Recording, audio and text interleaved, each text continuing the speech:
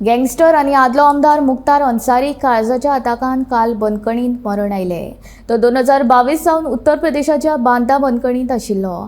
ताका 2 प्रकरणांत जल्मभर बंदखणीची ख्यास्त जाल्ली। आयज तांच्या कुडीचेर निमणे संस्कार जातले। माननीय न्यायालय के समक्ष विधायक जी ने लिख कर दिया 19 तारीख को उनको माननीय क्या हो गया ये बिगड़ी आईसीयू लाए गए बीमार थे। 12 घंटे के अंदर इतना प्रेशर पड़ा कि डॉक्टर स्वतंत्र रूप से इलाज भी नहीं कर पाए।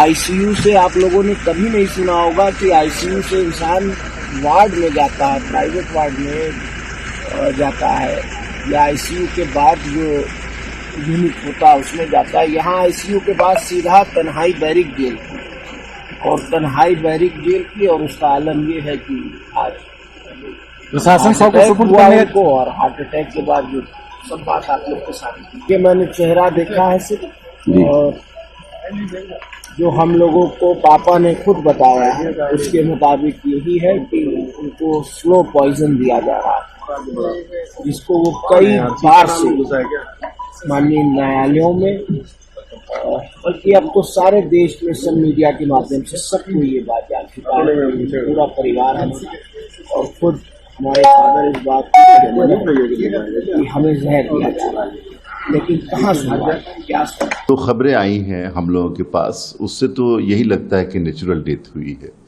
लेकिन चूंकि एक सिटीज़न है और उनके बेटे का डिमांड है, उनके भाई ने भी प्रेस कॉन्फ्रेंस की थी, खुद मुख्तार अंसारी ने वीडियो कॉन्फ्रेंसिंग में ये बात कही थी कि मेरी जान को खतरा है।